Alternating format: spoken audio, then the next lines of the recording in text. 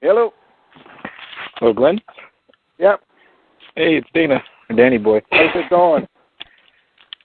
Not so bad, not so bad. How about yourself? Pretty good. Pretty good. It's good to hear. Hey? So that's good to hear.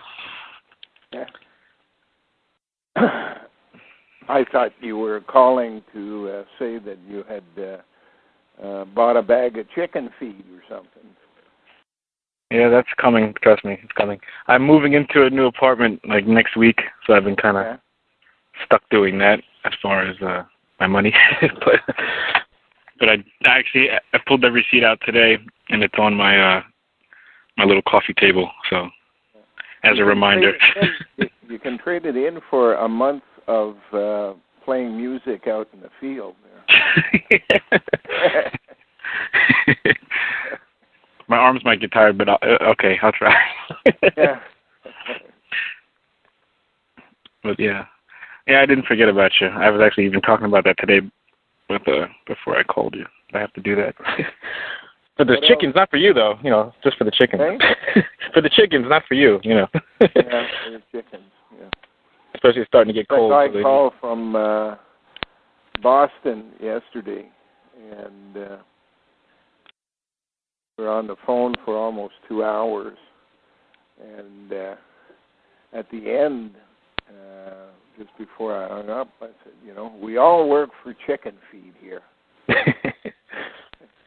So if you're planning on a couple of hours on the telephone with me, you might consider sending $20 to buy a bag of chicken feed. Yeah. Chicken feed? You all work for chicken feed? You are nuts. You are.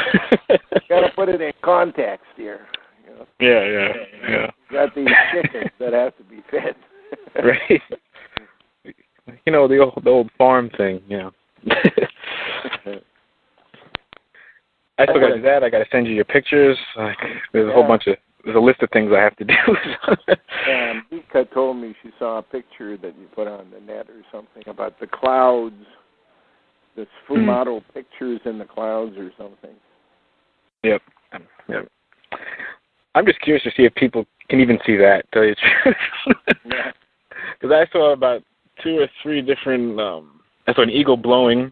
It was like probably central Canada. There's a face of an eagle, like a bald eagle, I'd say. Yeah.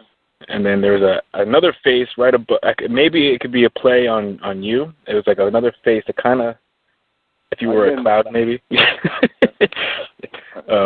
Right above where your house is, a little bit. I actually saved the picture, so I'll try to maybe send it to you. You can open the link up or something.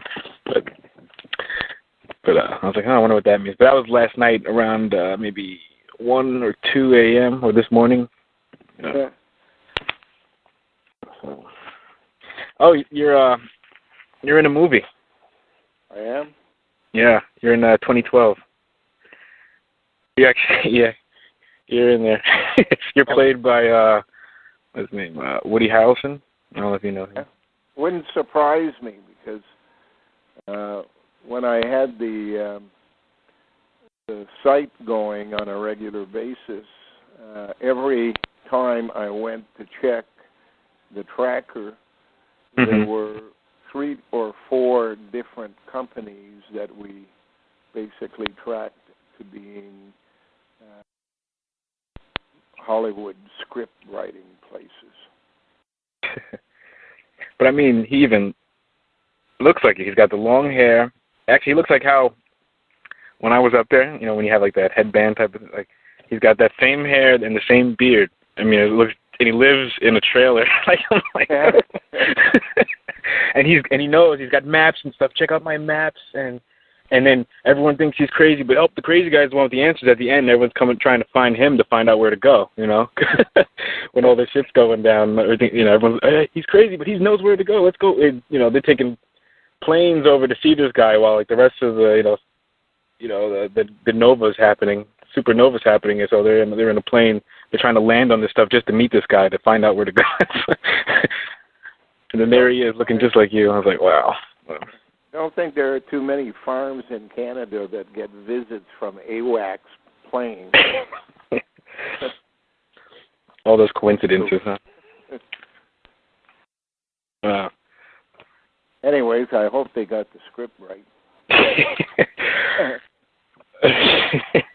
Oh, an interesting part at towards the end, they're saying that the government was building basically spaceships or something, or spaceships. They're hinting at spaceships to take them off the planet when all this cataclysm starts taking place.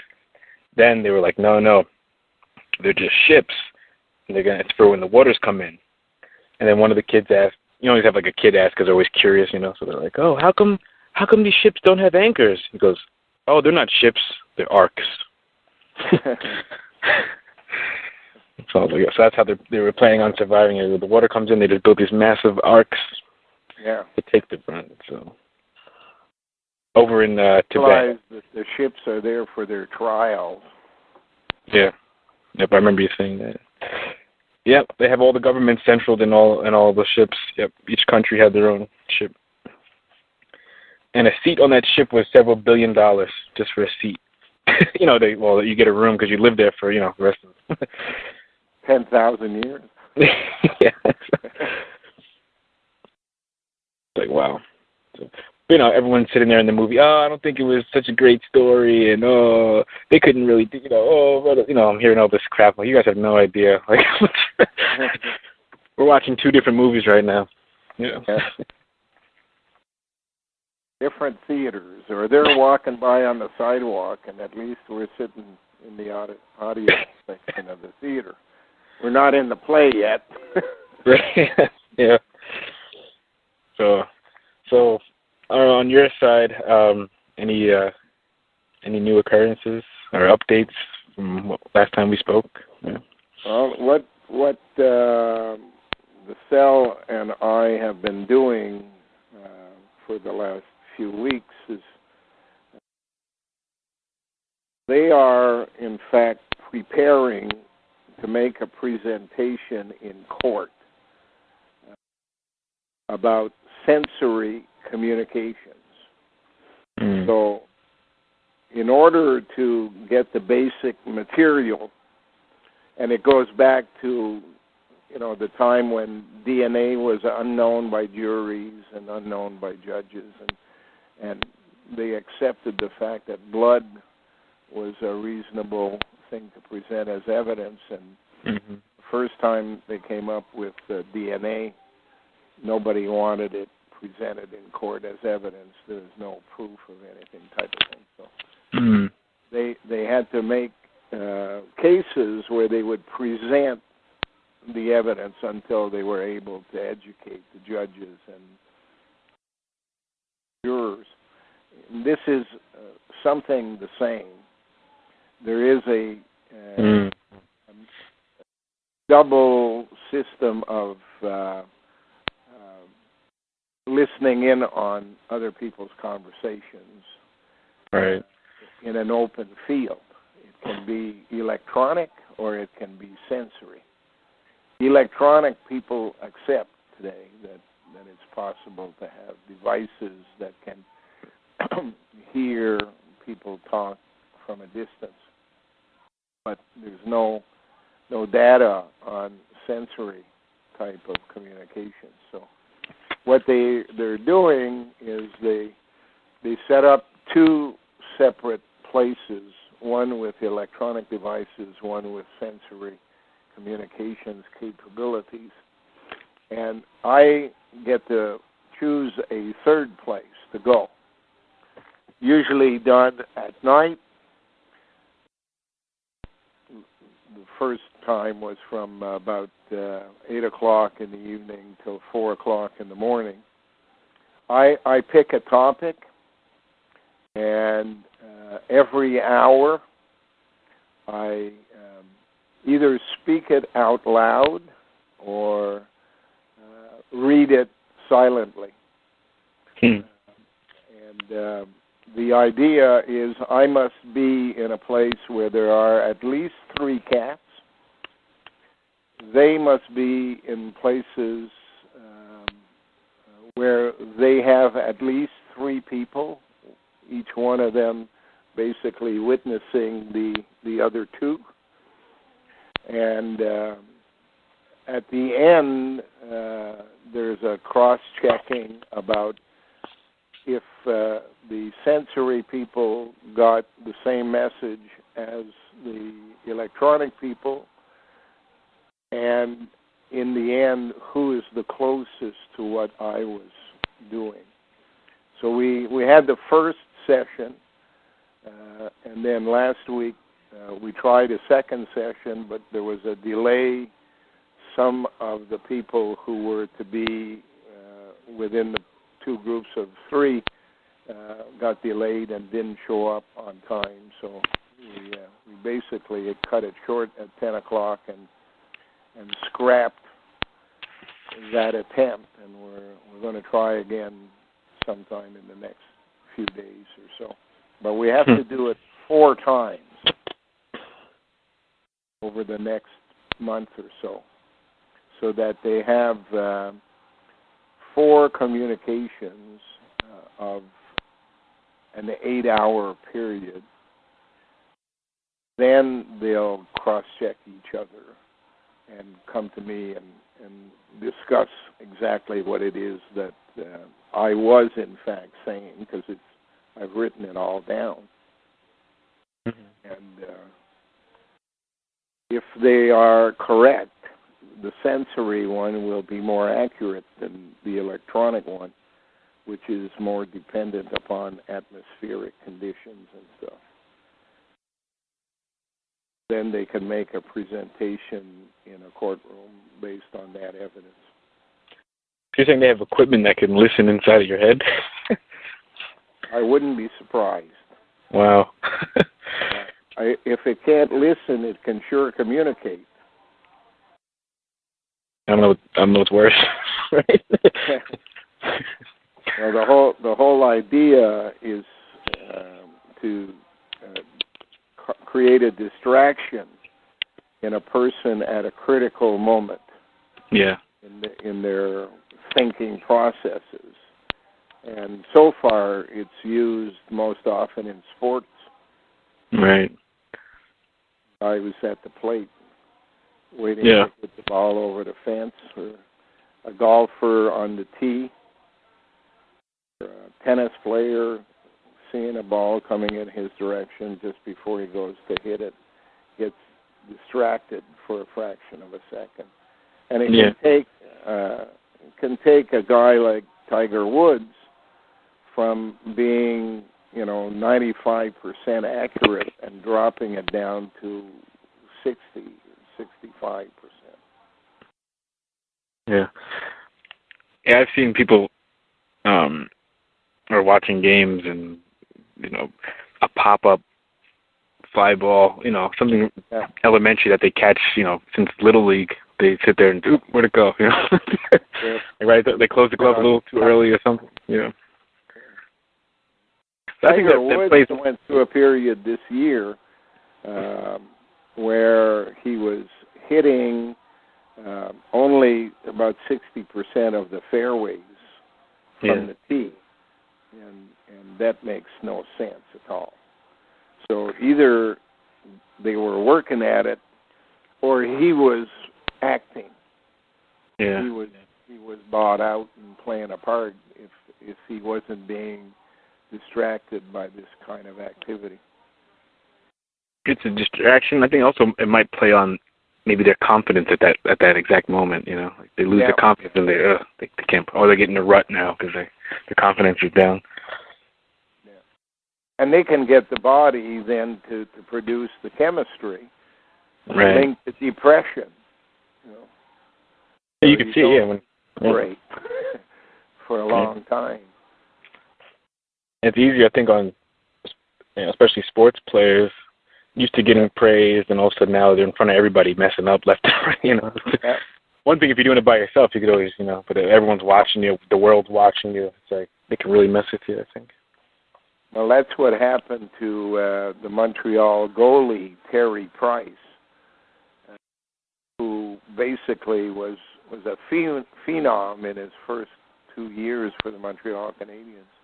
And he's been through a period of about a year and a half now where he looks worse than the worst. at critical times. Right. They're hoping that he's now come out of it because he's played 2 games back to his old form. Mm-hmm. Tonight's his 3rd. That's what Tom and I were sitting in front watching. Tom watches the game. I watch the players. Yeah. He definitely watches the game. Oh, man. So, that's basically what I've done. I've had, I guess you heard about it, a change of mind from Stephanie. Decided that she doesn't want to move into the house because I'm too suspicious. She said this to you? Yeah. Wow. She said if people don't do things that are suspicious, I'm not suspicious. When they do things that are suspicious, I get suspicious. Right. In any event, I hope that she carries out what she says she's going to do, which is to move to this area anyways, go to school here, and be part of the group. Because it's important that we have representatives of all genders, all nationalities, all races, and certainly important to have people who disagree with us as well. Mhm. Yeah.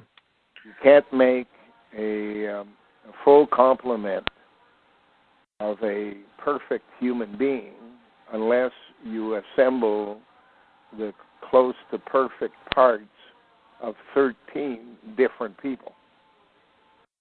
Each one may have a 13th of them that's perfect, and the rest of them that's full of shit. You know? Yeah. I hope that it all works out in the end. I think it's on its way in that direction. We'll see more next summer. Scotty has contacted me, and he wants to come back as soon as possible. So we probably will see him in the new year. You'll see me. Good. Yeah.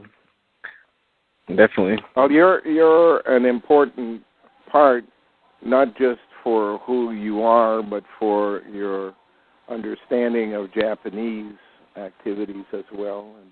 And the music, I think, is also important in setting the stage for people thinking properly, you know, kind of a division between life as it rumbles around us all the time to something different in the way of music gets people focused better, I believe, anyway.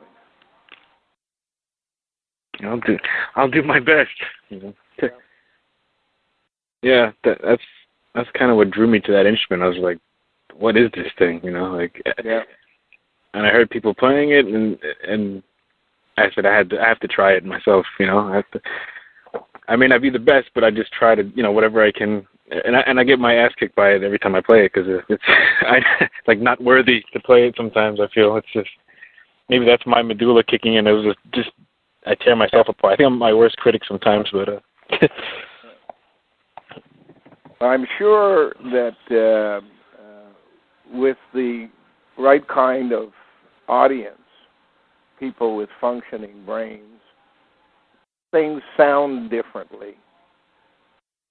That, you know, you're not getting the same ho-hum that you get on the radio type of thing. Right, yeah. It probably will be very helpful in the long run. I wasn't joking when I said I'll trade you that bag of chicken feed for a month of playing out in the field. Even if it only slows down the traffic a little bit, you know. Yeah.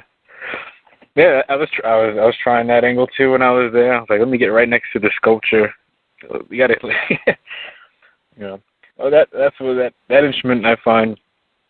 Like I like to go public areas, not so public where but place where a lot of people might be walking by, like a train station or something, around 4 or 5 o'clock when people are getting out for work, just so they can, because they're coming from a city or something, and they, 9 times out of 10 they've never heard anything like that, just to break their, like, wow, there's different stuff out there, open your mind a little, or just like to stop them from being a bee for half a second, The brain is very much like an elastic band, and it's taut all the time. It's really stretched out.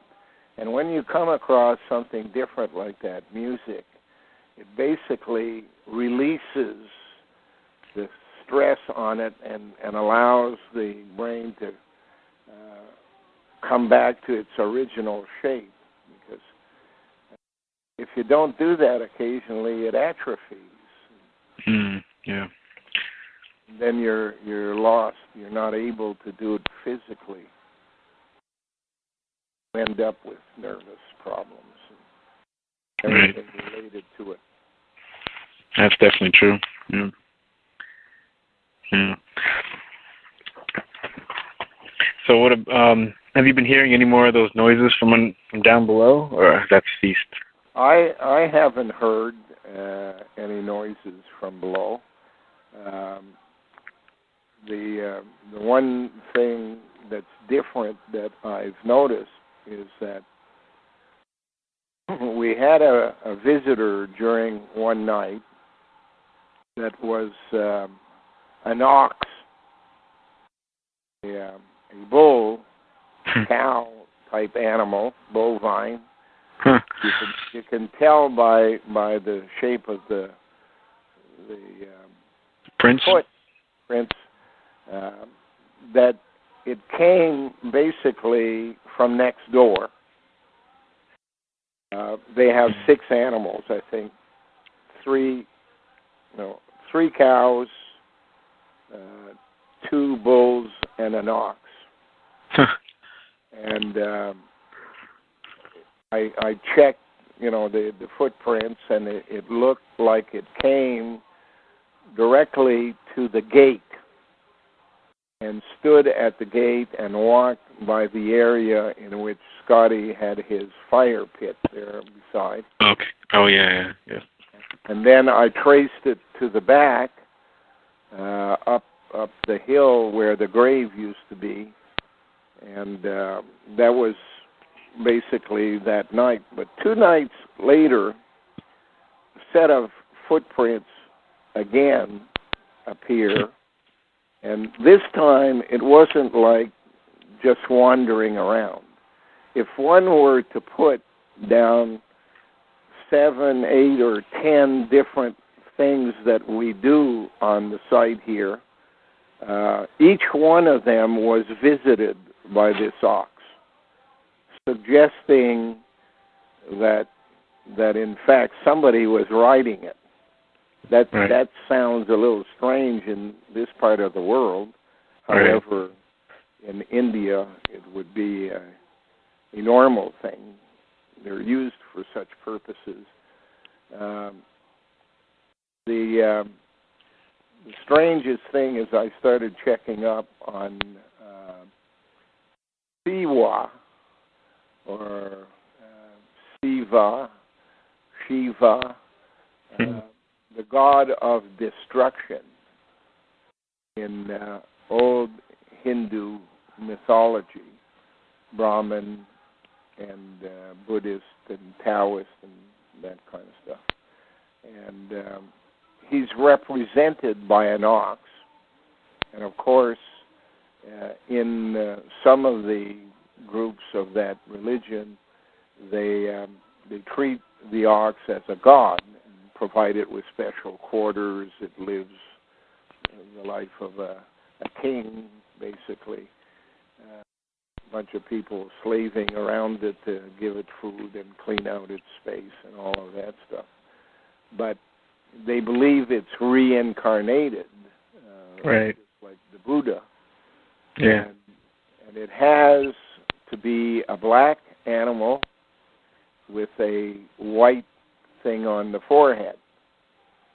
I went and leaned on the fence, try to get a good look at the animals they have next door, and see if it was in fact a bull, a cow, or an ox. An ox is supposed to be castrated. Have yet to determine for certain, but it looks like, from my point of view, which wasn't very well positioned because he kept looking at me, standing facing me all the time.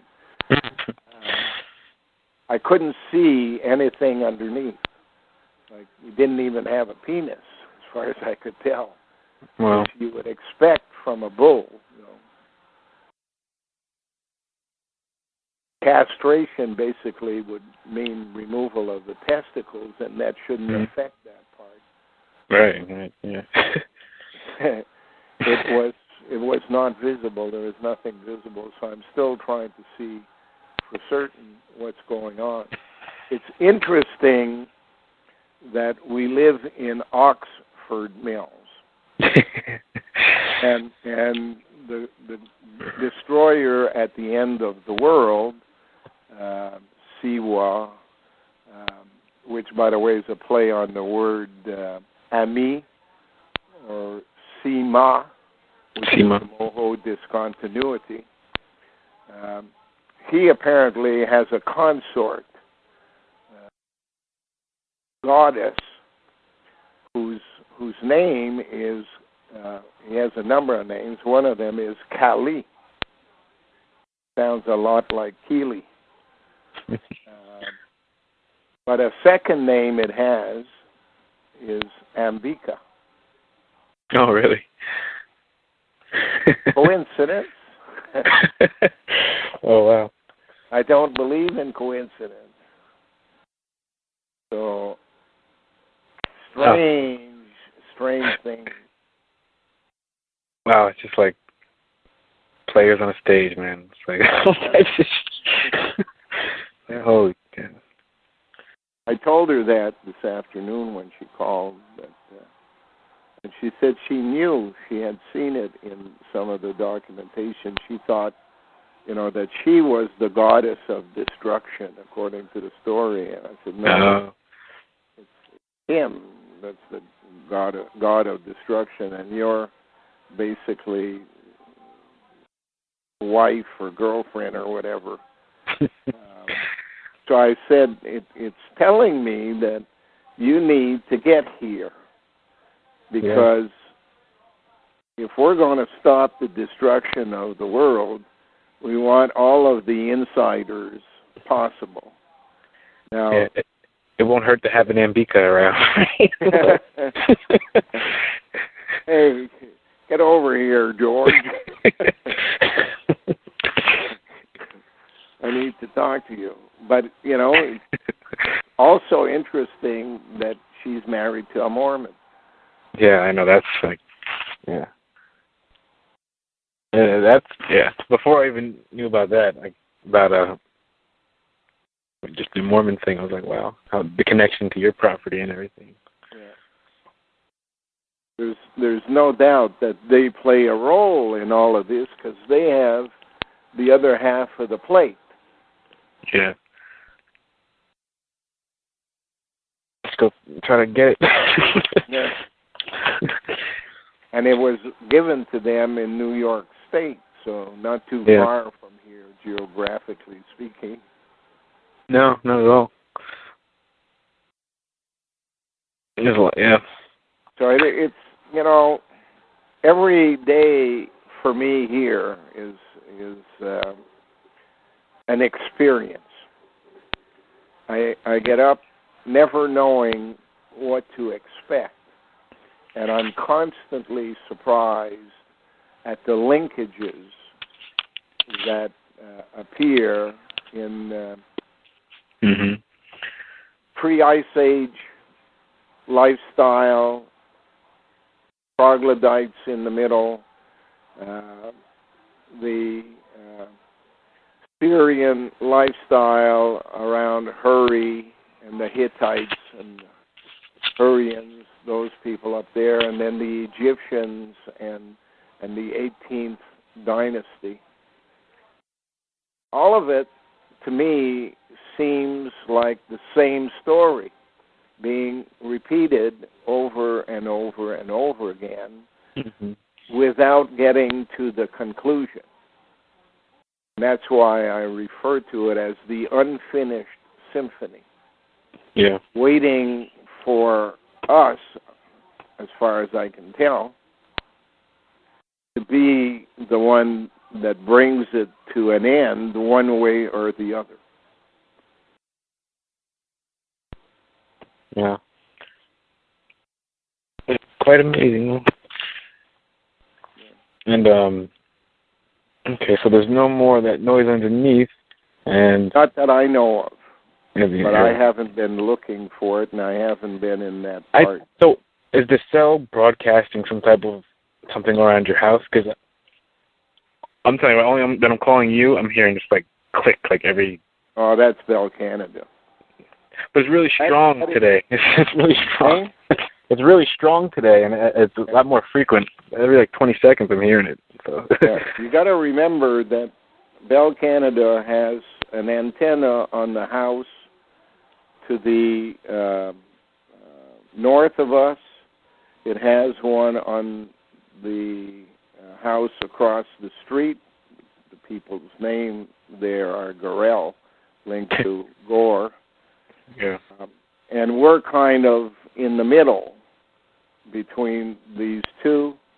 The people on the south side of us used to live here as well. And the construction of this house being basically an assembled prefab with no gyprock anywhere in the house suggests that there could be anything anywhere in any of the walls. And certainly a good shot of wind with a hurricane coming by would probably blow it to pieces. So this house has had a purpose from the beginning. The grave I found has the name Patton on it as the person who lived here and died in 1865. By a strange coincidence, when you look at the 18th dynasty and the building of a new capital for the new 10 religion, a part of that area was set aside for the nobles. And it's like the pharaoh's cabinet each have a house there. The guy in charge of national defense, his name was Patton. Yeah. Right. Getting AWACS planes flying over the top, getting planes from our security services, CEXIS, flying over the top. All of these things, I'm sure, don't happen on every farm in Canada. You know. So there is a knowledge of what we're doing. I've been attempting, as you must have read on the emails, to get through to the politicians. Yep. The main one being Robert Runciman. Yeah. Yeah. Usually a name that starts with R's, like Rockefeller and Rothschild. Money man. Into the money. Yeah. And his name suggests he's their number one man in this area. Can't get a budge out of any of them, federal or provincial. Can't get the police to investigate police-protected crime. Is it simply because they think I'm crazy? I doubt it. As a matter of fact, there have been editorials written in the Ottawa Citizen about the opposite at one time when I was on Parliament Hill. Yeah. So the construction that is going on in the area on the infrastructure, the roads. I mean, every day, morning till night, gravel trucks and everything is suggestive that something is being dug out someplace else in the area. Mm. Maybe they're trying to clean out whatever it is underground here so that, those noises don't occur again. I don't know what the heck they're doing. All I know is that the shopping center, the main shopping center that they are building, was supposed to be delayed. That was spoken about early this summer until 2012, and now they've announced that it's going to begin construction in the spring. Walmart is the main tenant, but the first one to build is Staples. The name Staples sounds a lot like Abel, Honor Abel. Yeah. So there's activity. That Ottawa, the national capital of Canada, has enlarged its footprint by amalgamating all the rural communities around it to the point where it's now the largest area for a national capital in the world when it comes to rural property attached to the city. So it looks like they're preparing for an additional 1 million or 2 people into that area. Yeah. It played the same way in that. Yeah, it played the same way in that 2012 movie too. Like they probably knew, their whole thing was the Mayan solar flare thing that's going to come. But that was, I think they had like 3 or 4 years preparation, or maybe 3 years, and the big theme was like the guy who discovered or helped discover. He's like, when are you going to tell the people? And then they're like joking, like we're not going to tell the public. Are you crazy? They're going to want to get on these ships. We're not going to tell them. They're all just going to go down, Yeah. Well, at one time, it was illegal for weathermen to announce a coming hurricane. Oh, wow. It was not that long ago that they authorized the discussion on the news about major weather problems coming. I heard the guy on CNN discuss the topic one day, that they couldn't talk about things like hurricanes, and it was basically out of fear of being sued. You get sued because it happens, or you get sued because it doesn't happen. Mm. So now that they've made it legal to speak about it, they've removed the threat of legal action if it's less or more than what is announced. So if they did that until at least the 60s, if not the 70s, then would they talk about the possibility of the end of the world? I doubt it. Would anyone listen? Yeah, and would anyone listen? They've dumbed them down so much. It's frenzy. Yeah. So, as the water hasn't dropped any in that little pond back there, has it? No. Water doesn't drop in the pond; it freezes. It's only 18 inches deep. You're talking about right? Oh, really? Or you right behind your house. Creek? No, whatever. Like right, the one when you're looking at with the old grave site, you can see the water right there. That's the creek. Yeah. Oh, that's the creek. Wow. Yeah. It looked like it was standing water. It basically would go down somewhat every fall, and at this period it would be at its lowest.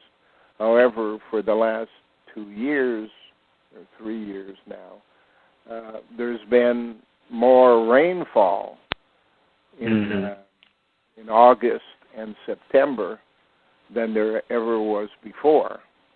So, I was walking on the back of the property, and there's still water on our site next to where the fence is, and just below the height of my rubber boots. And so that's almost 10 inches of water above ground in that area. That usually was gone when we arrived here in the year 2000. That would have been gone at the beginning or middle of June, when all the snow had melted.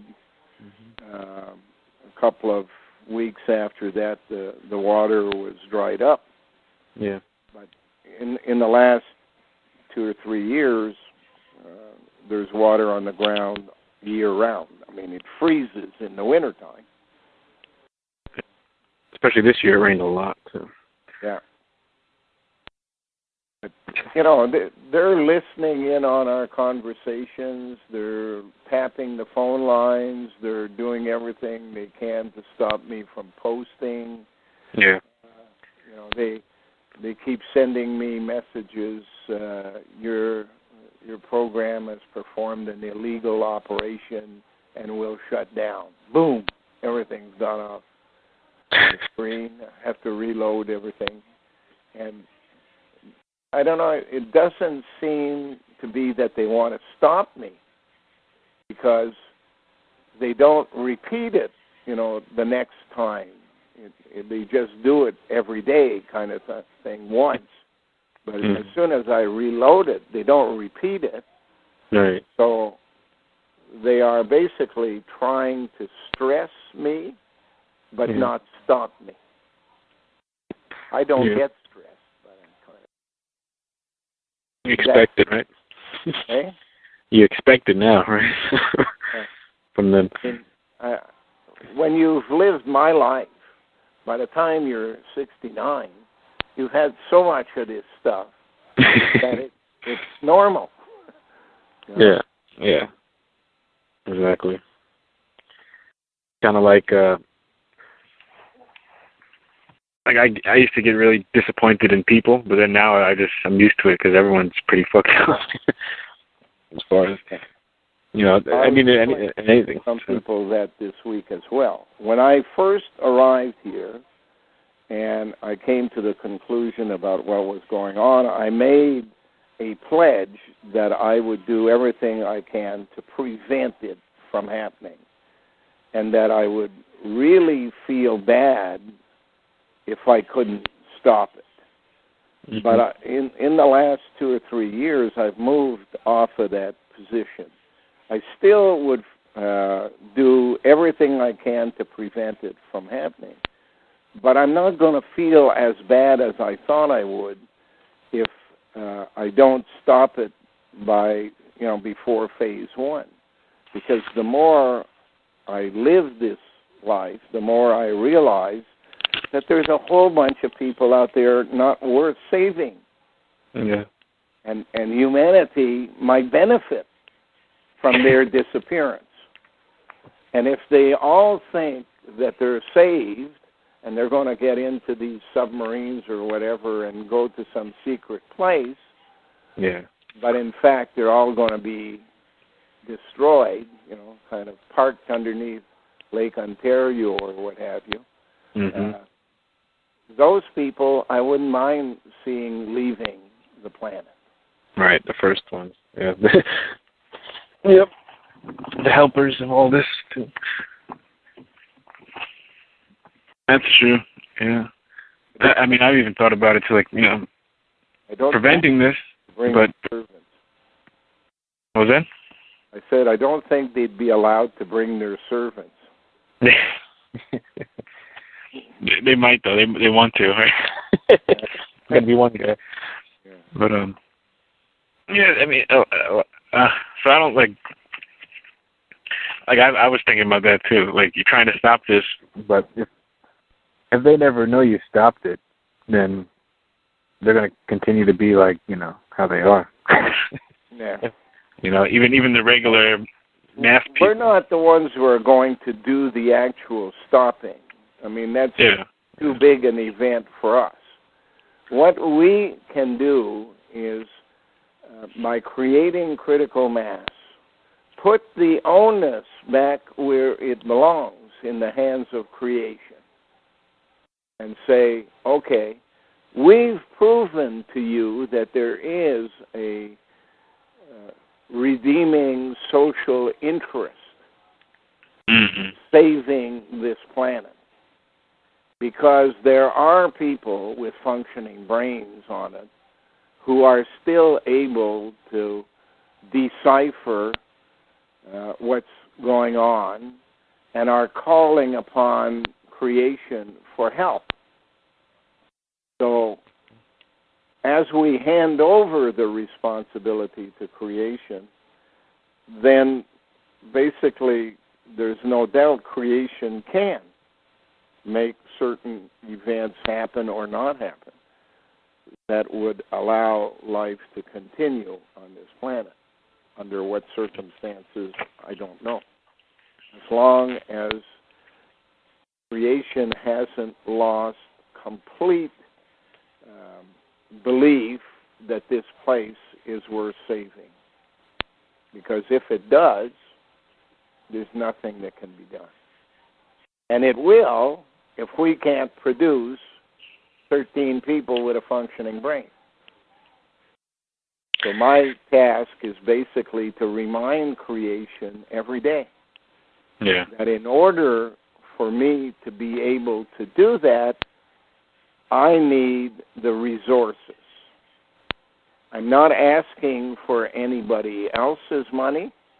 I'm asking for money owed to me by the thieves who stole it from me, who control our world. And if I should happen to acquire those funds, they will be redistributed within a month to those people I believe might in fact form this critical mass. And not trusting in my own judgment, I'm not going to limit it to 13.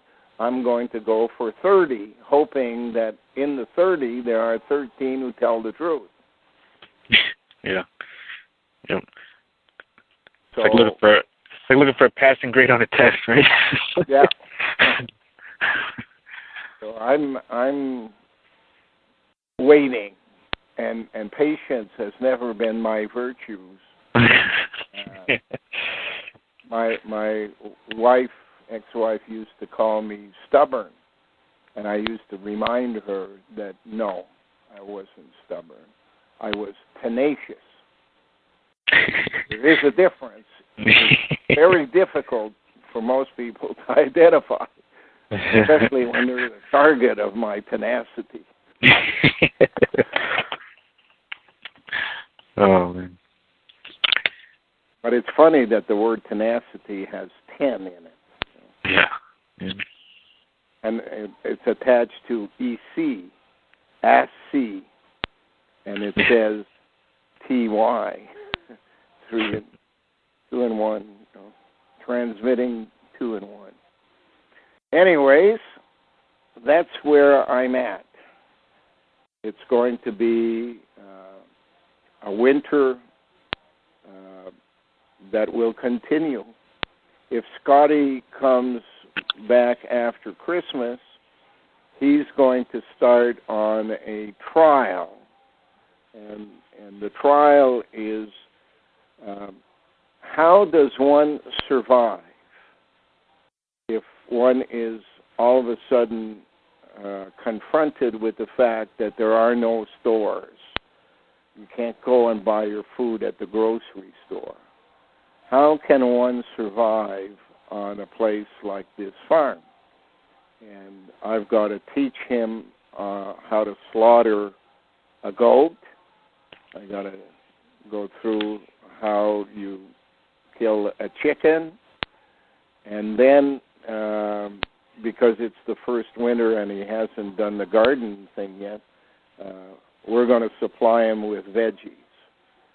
He's going to have to try to live off the land, basically off of goat stew I mean, if he was Arabic, I'm sure he'd love it. Being Scottish, I'm not so sure. Goat's good, though. I'm a fan. You're a fan of goats? Yes, to eating goats. And oxes, well, oxtails. Maybe you should come and spend a week with them and show them some recipes or something. We'll think of our own recipes. Eh?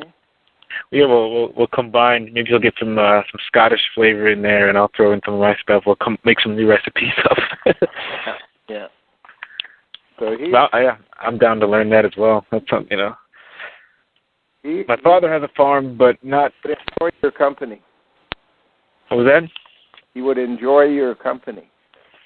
Yeah, I'll put in my hand. I wasn't raised on a farm, but my father always kind of put me out there, and you know, took me into nature. And he actually has his own farm now in Pennsylvania. So when I go up there, it's kind of like going to your house, you know, nothing around and nice and quiet, you know, peaceful.